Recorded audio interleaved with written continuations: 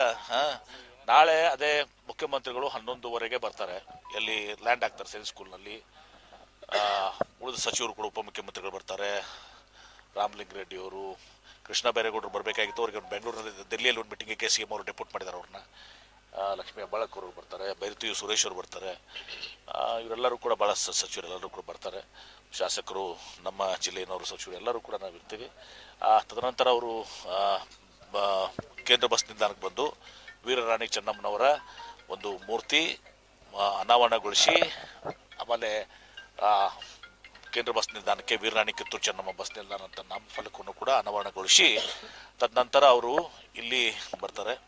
ಇಲ್ಲಿ ಬಂದು ಇದನ್ನು ಉದ್ಘಾಟನೆಯನ್ನು ಮಾಡಿ, ಸಾಂಕೇತಿಕವಾಗಿ ಉದ್ಘಾಟನೆಯನ್ನು ಮಾಡಿ, ತದನಂತರ ವೇದಿಕೆ ಕಾರ್ಯಕ್ರಮಕ್ಕೆ ದರ್ಬಾರ್ ಸ್ಕೂಲ್ ಗ್ರೌಂಡ್ನಲ್ಲಿ 12:30ಗೆ ಅದು ಪ್ರಾರಂಭ ಆಗ್ತದೆ.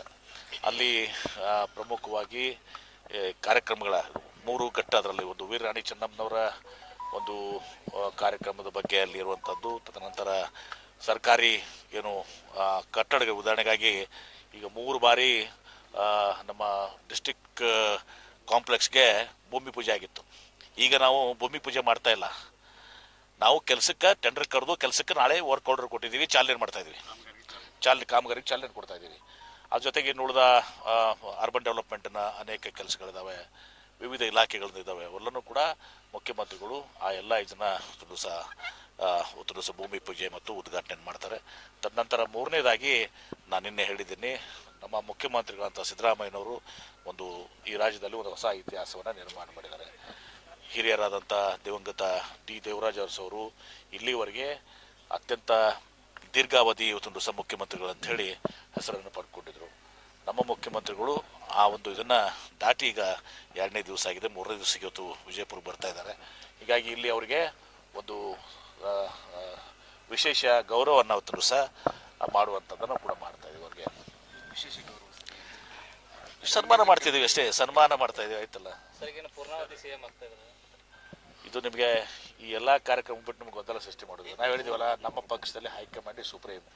ಸಿದ್ದರಾಮಯ್ಯನವರು ಪದೇ ಹೇಳಿದ್ದಾರೆ, DK ಶಿವಕುಮಾರ್ ಹೇಳಿದ್ದಾರೆ, ಎಲ್ಲರೂ ಕೂಡ ಹೇಳ್ತಾ ಇದ್ದಾರೆ. ಇವತ್ತು ಹೈಕಮಾಂಡ್ ಏನು ನಿರ್ಣಯ ಮಾಡ್ತದೆ ಅದು ಅಂತಿಮ. ನಾ ಏನು ಹೇಳಿದ್ರು ಕೂಡ ಬೆಲೆ ಇಲ್ಲ, ನೀವು ಹೇಳಿದ್ರು ಬೆಲೆ ಇಲ್ಲ, ಬೇರೆ ಯಾರು ಹೇಳಿದ್ರು ಕೂಡ ಬೆಲೆ ಇಲ್ಲ. ನಮ್ಮಲ್ಲಿ ಕಾಂಗ್ರೆಸ್ ಪಕ್ಷ ಹೈಕಮಾಂಡ್ ಏನು ಹೇಳ್ತದೆ ದಟ್ ಈಸ್ ಸುಪ್ರೀಂ. ಬಿಟ್ಬಿಡಿ. ಏನು ಯಾವ ವಿಚಾರದಲ್ಲಿ ಹೇಳಿದ್ದಾರೆ, ಯಾವ ವಿಷಯದ ಬಗ್ಗೆ ಹೇಳಿದ್ರೆ ಗೊತ್ತಿಲ್ಲ ನಮಗೆ. ಹೌದು ಹೇಳಿದಾರಲ್ಲ, ಮತ್ತೆ ಆಯ್ತಲ್ಲ. ಮತ್ತೆ ಅಧಿಕಾರ ಶಾಶ್ವತ ಬಿಡಿ, ನಾವು ನೀವು ಶಾಶ್ವತ ಅಲ್ಲ. ಇವತ್ತಿಲ್ಲಿದ್ದೀವಿ, ನಾಳೆ ಇರ್ತೀವಲ್ಲ ಗೊತ್ತಿಲ್ಲ. ಅಧಿಕಾರ ಕೂಡ ಶಾಶ್ವತ ಅಲ್ಲ, ಜೀವನಕ್ಕೆ ಮನುಷ್ಯನೂ ಕೂಡ ಶಾಶ್ವತ ಅಲ್ಲ. ಸರ್, ಇನ್ನೊಂದು ಸಂಗೊಳ್ಳಿ ರಾಯಣ್ಣ